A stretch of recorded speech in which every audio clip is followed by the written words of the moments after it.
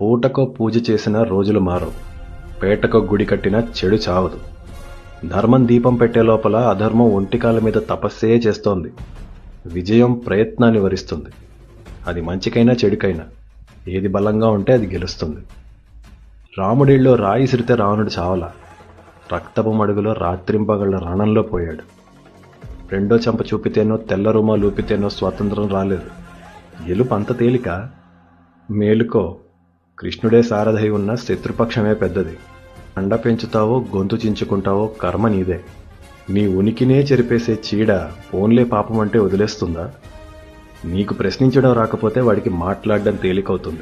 నీకు పరిగెత్తడం అలవాటైతే వాడికి లాక్కోవటం ఇష్టం అవుతుంది. చెడు గెలవటానికి శత్రువు సంకల్పం ఎంత కారణమో మంచివాడి జడత్వం కూడా అంతే.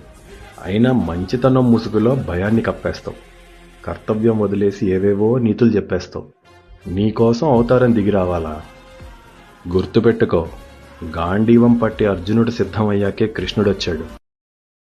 Download ShareChat.